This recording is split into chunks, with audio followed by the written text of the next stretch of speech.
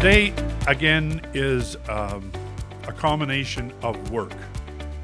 We talk about teams, and we talk about our Saints Nation that we as a college are proud to be a part of, whether you're a staff member, whether you're alumni, whether you're a student, that we all belong.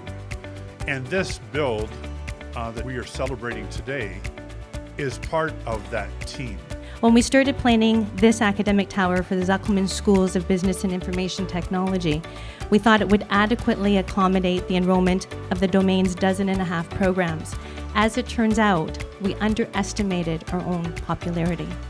Yes, while this gorgeous new building will be capable of housing many business and IT programs and students, the Zekelman Schools must continue to also have classroom space downtown. With this new building and our downtown facilities, St. Clair is fully capable of continuing to welcome both domestic and international students who seek to study in our business and IT programs and who aspire to contribute to the economic and technological advancements of the 21st century. On behalf of the Board of Governors, I am pleased to be here at the official opening of our Zekelman Centre of Business and Information Technology. We want to thank you personally, Mr. Zekelman, for your family's investment in our college, which has transformed our footprint on this campus and our downtown campus. In honor of the support received from the Zekelman family, we would like to formally announce an annual Zekelman Scholarship commencing with the 2022-2023 academic year. We have the most technically advanced and beautiful business and IT facilities in the region by far, delivering excellent programs in accounting, marketing, human resources, mobile applications, computer systems, and as Jid mentioned, the 4-year honors Bachelor in Business and Information Communication Technology degree.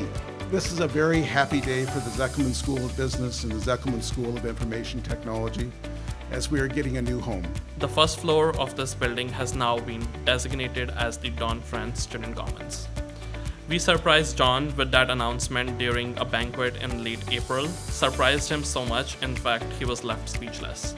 Today was the day that I was going to play tennis with Barry, but I found out that Barry has an appointment he's got to go to. That's, I was told, very, very hard appointment, and Jim told me he's got to. So Barry. No, I'm not saying that. I would not say that. And I certainly won't be wagering you in that game. But I just wanted to say that we'll have to postpone that game just because I know that. Again, this is a big celebration for us. It's open, finally. Thank you, everybody. The reality of the situation is I need you more than you need me.